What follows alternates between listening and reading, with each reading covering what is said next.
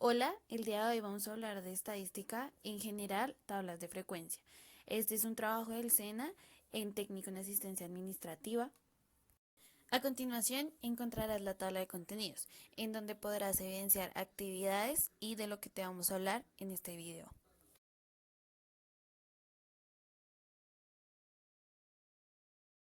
Esta cartilla se hace con el fin de contextualizar conceptos básicos, cuya aplicación es importante para la recopilación de datos.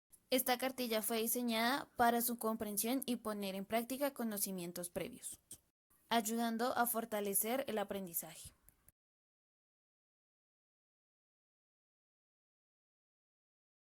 Te daremos un poquito a conocer sobre su historia, de qué se trata, sus características, su clasificación. Hablaremos de su historia un poco. El uso de herramientas cuantitativas para el tratamiento de datos tiene origen en épocas remotas.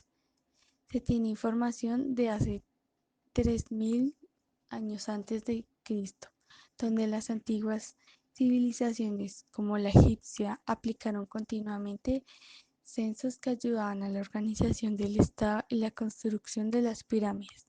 La palabra estadística deriva del latín moderno staticum collegium, consejo de Estado, del latín antiguo status, posición, forma de gobierno, de la palabra italiana moderna statista, estadista político, y del italiano antiguo stato, estado.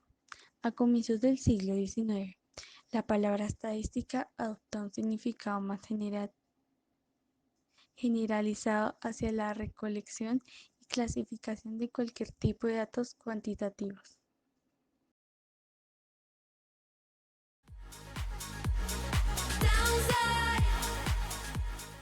Como vimos en el apartado anterior, la estadística ha variado su significado a través del tiempo, pasando de ser una herramienta usada solo para la administración de los gobiernos a una ciencia con un sinfín de aplicaciones en diferentes disciplinas.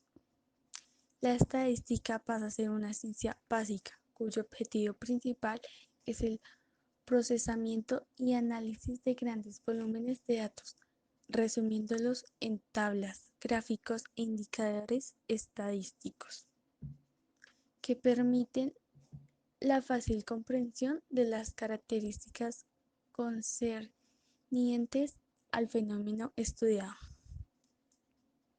El estadístico es cualquier característica mediante calculada sobre una muestra o población. Estos datos deben ser cuantitativos para así poder aplicar sobre ellos operaciones aritméticas. La muestra. La muestra es un subconjunto de una población. Una muestra es representativa cuando los elementos son seleccionados de tal forma que pongan de manifiesto las características de una población. Su característica más importante es la representatividad. La selección de los elementos que conforman una muestra pueden ser realizados de forma probabilística o aleatoria, al azar, o no probabilística. Una población estadística es un conjunto de sujetos o elementos que representan características comunes sobre una población. Se realiza el estudio estadístico con el fin de sacar conclusiones. El tamaño poblacional es el número de individuos que constituyen la población según el número de sujetos. El tamaño puede ser infinito, infinito. Los conjuntos infinitos son algo artificial o conceptual, ya que toda la población de entidades físicas es finita.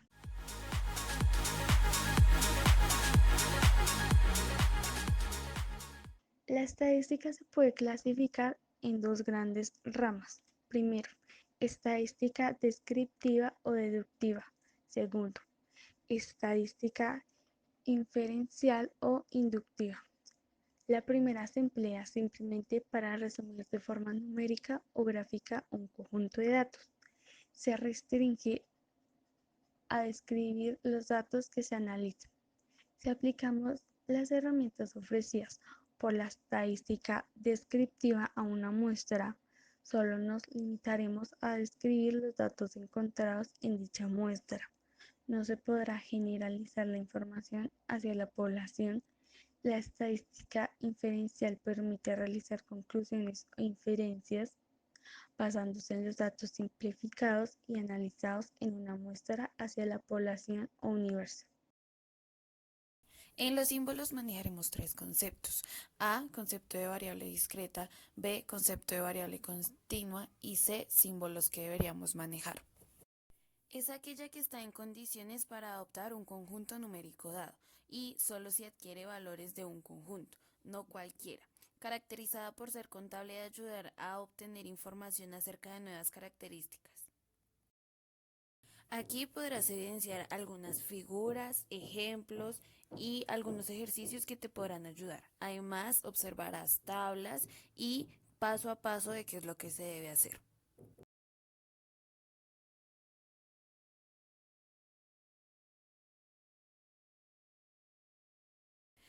En el concepto de variable continua encontrarás imágenes, ejemplos que determinen el valor máximo, encontrarás ejercicios, aprenderás algunos conceptos nuevos y aprenderás también que C o I puede tomar el valor de cada intervalo de la distribución.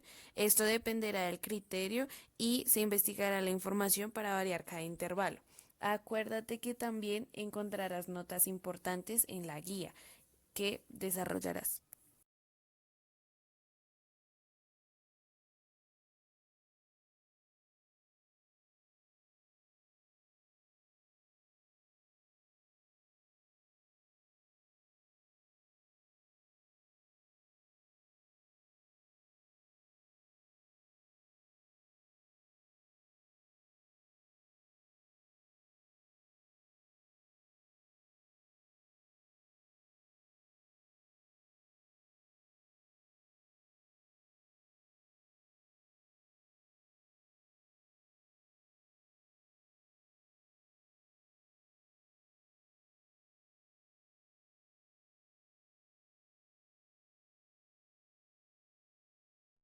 Otros ejemplos como los ejemplos 3, 4, 5 y 6 son los que puedes usar para guiarte más fácil en el tema.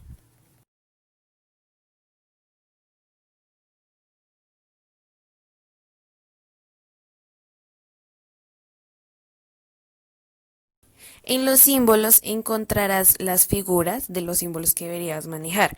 En estos símbolos encontrarás XI, NI, HI, NI y HI mayúscula. Acuérdate que siempre y cada uno cambia según su orden o para que los utilices.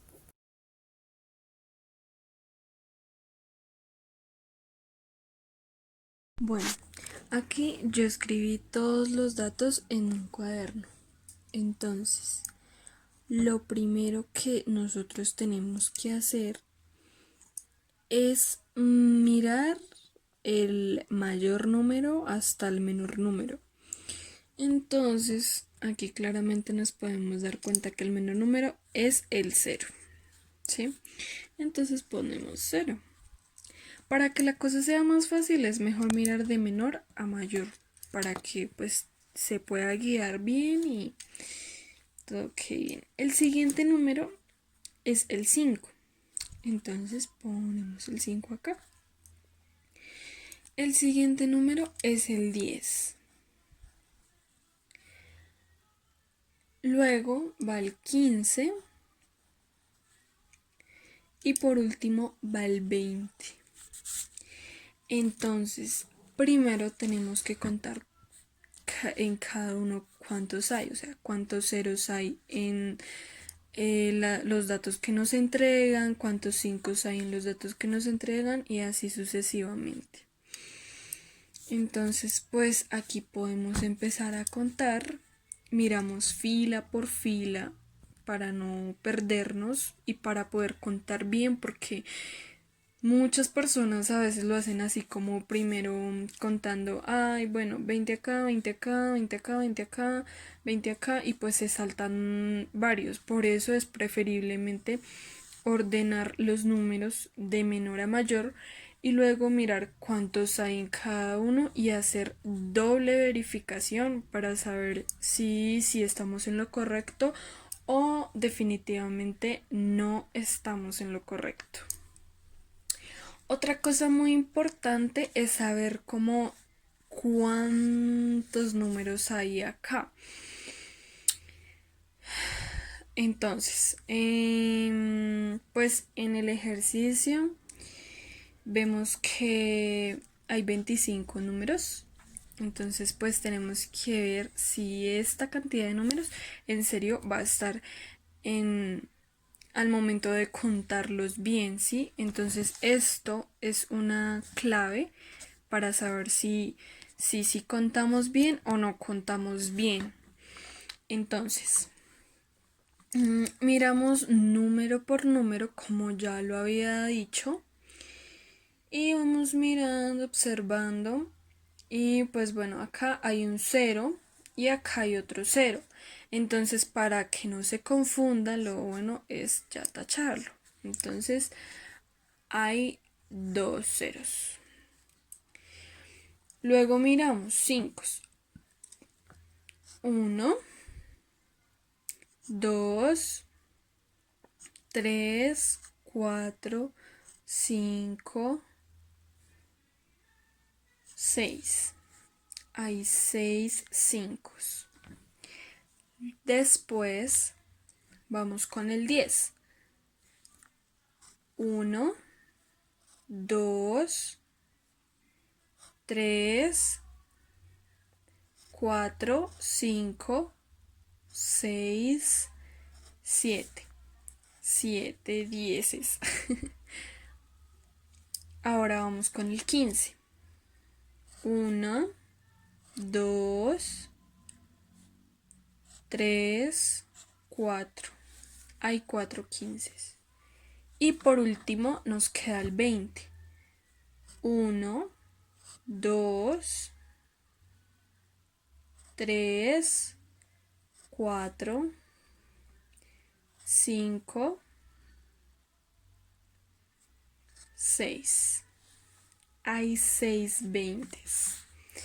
Ahora lo que hacemos es verificar que todos estos números nos den 25.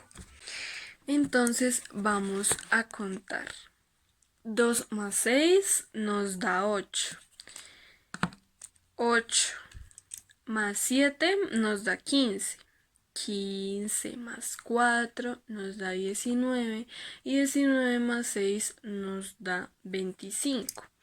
Entonces, efectivamente, nos quedó bien contado todos los datos que nos proponen en nuestra actividad 3 de la cartilla.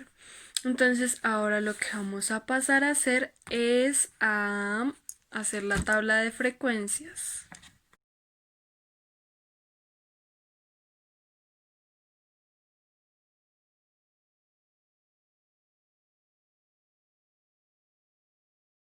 Corresponde a las frecuencias absolutas. Se representa mediante el símbolo NI. Su totalidad debe ser igual al tamaño de la muestra N.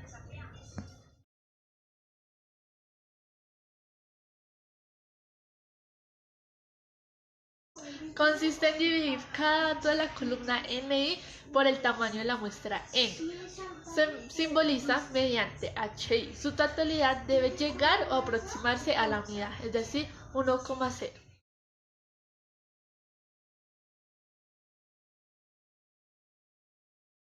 Se simboliza NI mayúscula.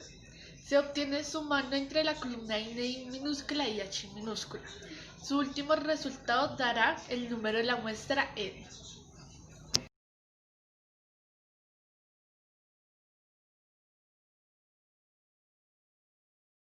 Se simboliza H mayúscula. Se obtiene sumando consecutivamente los números entre la casilla H minúscula, entre el primer y último número.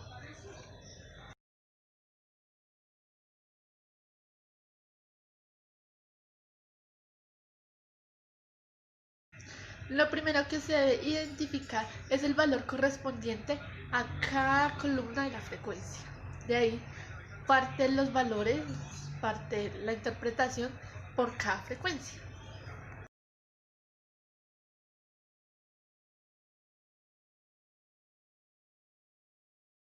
Se calculan las frecuencias absolutas acumuladas en I como la suma de las frecuencias absolutas de los valores menores e iguales a X. Para 3 se obtiene 2, para 4, 2 más 4 nos da 6, para 5, 2 más 4 más 6, que nos da 12, para 6 sería 2 más 4 más 6 más 7, 10 que nos daría 19, para 7 sería 2 más 4 más 6 más 7 más 5 que nos daría 24, para 8 sería 2 más 4 más 6 más 7 más 5 más 3 que daría 27 y así sucesivamente. Esto consiste en sumar consecutivamente la columna la frecuencia absoluta Ni minúscula. Su total nos debe dar el número igual de la muestra, en este caso 30. Relativa. Se calcula la frecuencia relativa de cada elemento como la división de la frecuencia absoluta entre el total de elementos n. Entonces, para la primera fila nos daría 2 dividido 30, 0,07. Para el 4 nos daría 4 dividido 30, 0,13. Para el 5 nos daría 6 dividido 30, 0,20. Y así sucesivamente. Se puede calcular las frecuencias relativas en el porcentaje multiplicándolos por el 100%. Y su valor se debe dar 1 o se aproxima a la unidad. Y en porcentaje nos tendría que dar el 100% el total.